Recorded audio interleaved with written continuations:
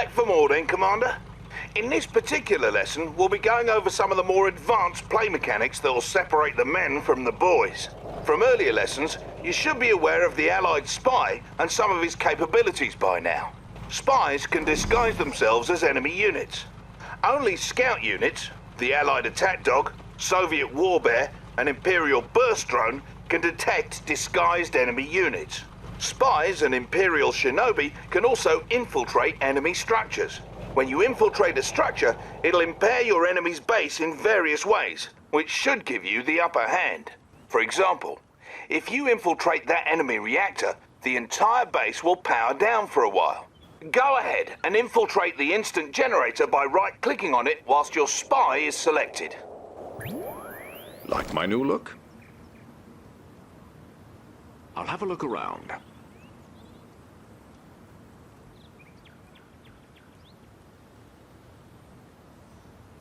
You like that one, eh?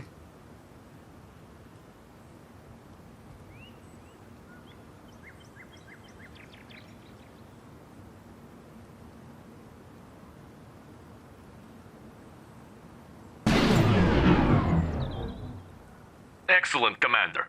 By infiltrating their generator, you've brought down their entire base's power, which in turn powered down their base defenses. That will certainly make it easier to destroy their base. Stupid robots.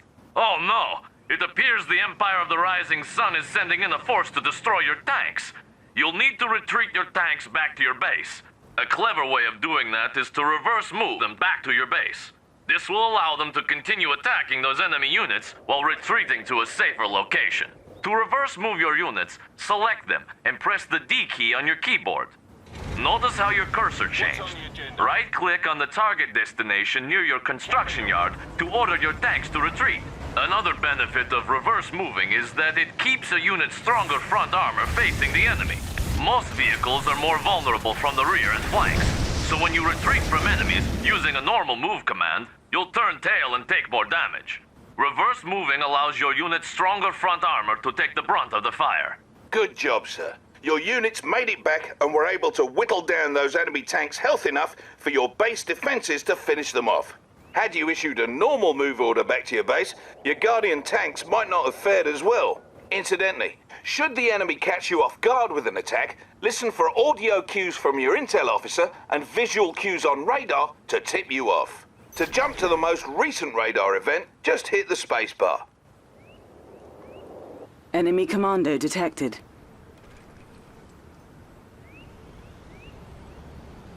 Or to get back to your main base from anywhere in battle, tap the H key.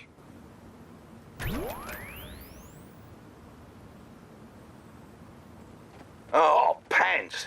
It looks like the Empire is sending another attack wave, but this time they've come at us with infantry. Your base defenses are strong against infantry, but with that many of the blighters, I don't think it's going to be enough.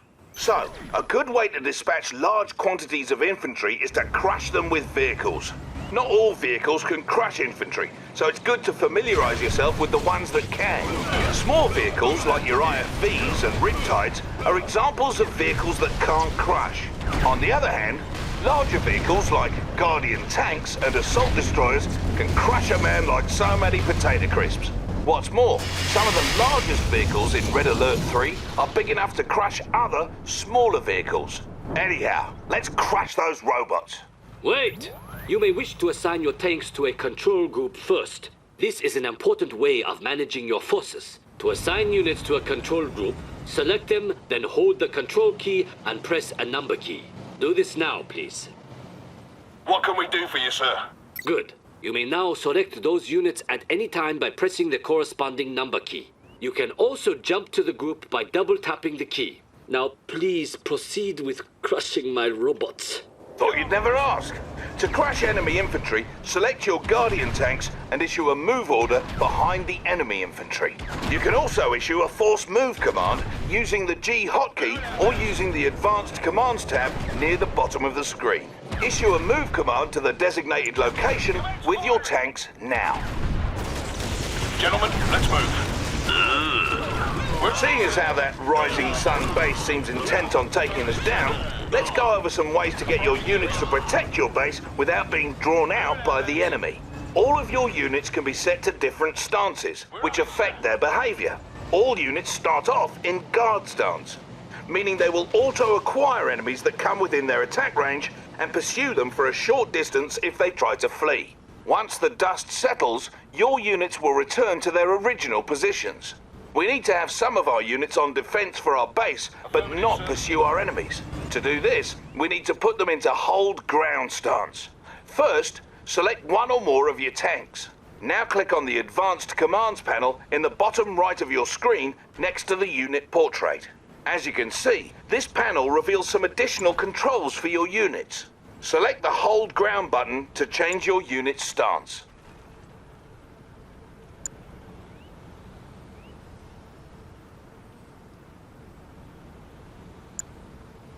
Guardian tank.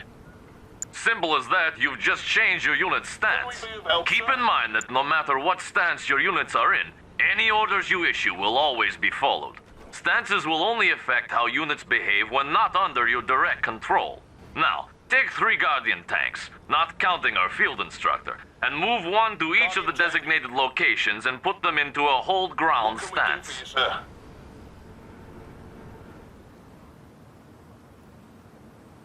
Move it out, lads.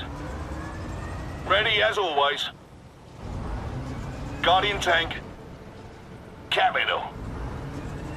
Of course, sir. Perfect. What say we also set up some base defenses?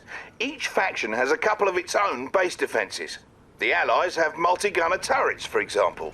Select the Support Structures tab in the sidebar, build a multi-gunner turret, and place it near your tanks.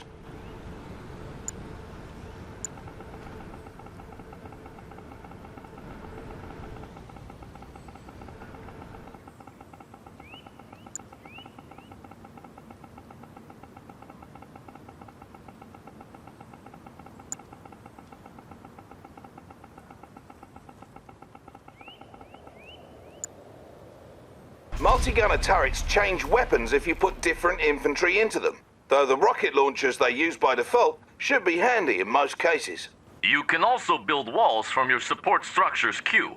To do so, build and place one wall segment, then build and place another along the same row as the first.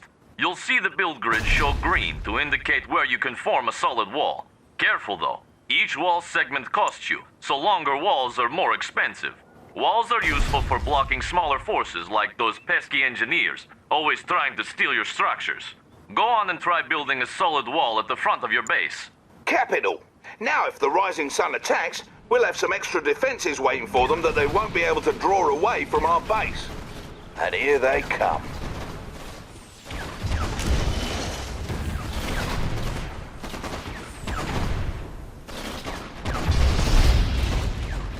As you can see, they've decided to retreat back to base, but your Guardian tanks stood their ground and didn't continue after them. Had your Guardian tanks followed them back, they most likely would have been destroyed by the Empire's own base defenses. Yes, the Empire's base defenses are quite impressive. You may need to use combined arms to defeat them. In fact, if you depend overmuch on just 1 or 2 types of units, you are bound to fail. Thankfully, it is easy to manage multiple types of units at once. Try selecting all your combat forces on the battlefield using the Q key. Good. Notice you have multiple unit types in the contextual tab in your sidebar at right. One type of unit in your group will always be selected. To cycle between unit types, simply tap the tab hotkey. Try this now. Switching unit types in this fashion makes it easier to use your mixed group special abilities without deselecting the group.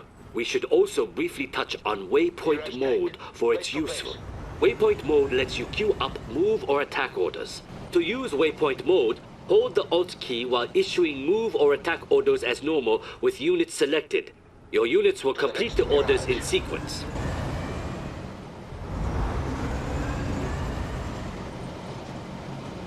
Now, earlier we had mentioned how directional armor comes into play during battles. Another type of armor bonus your units can receive comes from an automatic reaction to enemy fire called suppression. Suppression only affects infantry units. When infantry units become suppressed, they go prone on the ground and continue firing. Suppressed infantry are slower, but more resistant to damage. Send your infantry into that city square there and attack that garrison structure.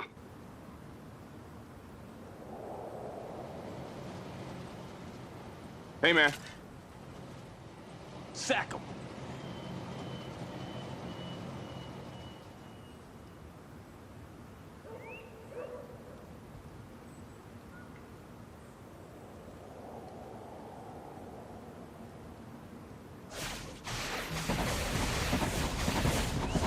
Banzai!